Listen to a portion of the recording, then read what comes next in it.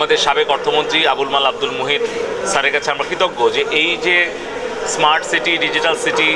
সিলেট এই পাইলট প্রজেক্টটি উনি কিন্তু আমাদের অনুমোদন করে দিয়ে গিয়েছিলেন এবং বর্তমান সংসদ সদস্য সাবেক পররাষ্ট্রমন্ত্রী একে আব্দুল মোমেন উনার কিন্তু উদ্যোগ ছিল এবং উনাদের প্রতি আমি ধন্যবাদ জানাই। আমরা সিলেটেই প্রথম আমরা 160টা জায়গায় ফ্রি ওয়াইফাই করে দিয়েছিলাম এবং সেখানে চুক্তি ছিল যে আইসিটি বিভাগ এই ওয়াইফাই জোন তৈরি করে দেবে, কিন্তু 1 বছরের ইন্টারনেটে বিলও দেবে, কিন্তু তারপর সিটি কর্পোরেশন এটা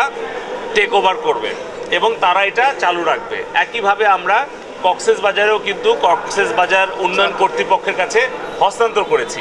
কারণ আপনারা জানেন 999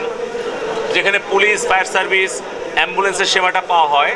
সেটাও কিন্তু আমরা 999 তৈরি করে আমরা কিন্তু স্বরাষ্ট্র মন্ত্রণালয়ে হস্তান্তর করেছি। তো আমার অনুরোধ থাকবে যে এইভাবে যার যে দায়িত্বটা যেন পালন করে। আমরা যে স্মার্ট হেলথ প্রজেক্ট যেটা বাস্তবায়ন করছি 31টা মডেল, এটাও কিন্তু আমরা তৈরি করে আমরা হস্তান্তর করব Sylhet MAG Osmani medical college হাসপাতালের কর্তৃপক্ষের কাছে। এটা তৈরি হওয়ার পর এই software, hardware, computer, data centre সকল কিছু কিন্তু রক্ষণাবেক্ষণ এবং এটাকে চালু রাখার দায়িত্বটা তখন তারা গ্রহণ করবে। তো আমার অনুরোধ থাকবে যখন কোনো একটা সেবা তৈরি করা হয় বা যেটা চালু করা হয়, তারপরে যে দায়িত্বপ্রাপ্ত প্রতিষ্ঠান তারা যেন এটার maintenance, equipment replacement, operational cost, human resource এগুলো যাতে তারা নিজেরা তত্ত্বাবধান করে। আমি ইতিমধ্যেই আনোয়ার ভাইয়ের সাথে কথা বলেছি যে সিলেট নিয়ে ওনার যে স্বপ্ন আছে সেটি বাস্তবায়নের জন্য আমরা আমাদের প্রযুক্তিগত সহায়তা থেকে শুরু করে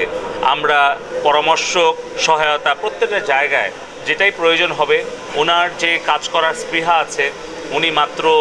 2 মাসও মনে হয়নি এখনও, 2 মাস 24 দিনে উনি যেভাবে সিলেট নগরীকে ঢেলে সাজানোর জন্য আপ্রাণ চেষ্টা করছেন, মাননীয় প্রধানমন্ত্রী জননেত্রী শেখ হাসিনার আশীর্বাদ রয়েছে ওনার উপরে এবং সিলেট সিটি কর্পোরেশনবাসীর দোয়া ভালোবাসা ওনার সাথে রয়েছে। আমি দৃঢ়ভাবে বিশ্বাস করি যে মানুষের প্রতি ওনার যে ভালোবাসা এবং ওনার যে কাজ করার যে তাগিদ এবং দায়িত্বশীলতা, তার ফলে আমরা সিলেট নগরীকে আমরা খুব অল্প সময়ের মধ্যেই আনোয়ার ভাইয়ের নেতৃত্বে একটা স্মার্ট সিটিতে পরিণত করতে পারবো। এটা নিয়ে আমি কথা বলছি যে আমাদের ফেস রিকগনাইজিং সফটওয়্যার সহ আমরা যে ক্যামেরাগুলো দিয়েছিলাম এগুলো কিন্তু কন্ট্রোল রুম কিন্তু সিলেটে পুলিশের কাছে হস্তান্তর করা হয়েছে, আপনার খেয়াল আছে নিশ্চয়ই। তো যদি পুলিশ এবং সিটি কর্পোরেশন আমাদের কাছে সহযোগিতা চায়, আমরা আবার কিন্তু সহযোগিতা করার জন্য প্রস্তুত আছি, কিন্তু আমাদের 3টা বিষয় খেয়াল রাখতে হবে যে আমাদের এই যে কোনো প্রকল্প বা উদ্যোগ গ্রহণ করার আগে জনগণের উপকার কী এবং রিটার্ন অন ইনভেস্টমেন্ট কী এবং তার জাস্টিফিকেশন কী। তো আইসিটি বিভাগ সজীব ওয়াজেদ জয়া ভাইয়ের পরামর্শ অনুযায়ী আমরা কোথাও পরামর্শকের ভূমিকা পালন করি, কোথাও বাস্তবায়ন সহযোগী ভূমিকা পালন করি, কোথাও সরাসরি বাস্তবায়ন করি, কিন্তু আমরা কিন্তু প্রত্যেকটা মন্ত্রণালয়ের চাহিদার প্রেক্ষিতে আমরা কিন্তু সহযোগিতার জন্য এগিয়ে যাই। তো আমার দৃঢ় বিশ্বাস যে মাননীয় মেয়র মহোদয় এখানে আছেন, তার স্বপ্নগুলো পূরণের জন্য মাননীয় প্রধানমন্ত্রী শেখ হাসিনা স্মার্ট বাংলাদেশ বিনির্মাণের লক্ষ্যে সিলেট নগরীকে আমরা স্মার্ট শিক্ষা, স্মার্ট নিরাপত্তা, স্মার্ট কর্মসংস্থান, স্মার্ট স্বাস্থ্যসেবা জনগণের দোরগোড়ায় হাতের মুঠোয় পৌঁছে দেওয়ার জন্য আমরা একসাথে মিলে কাজ করব।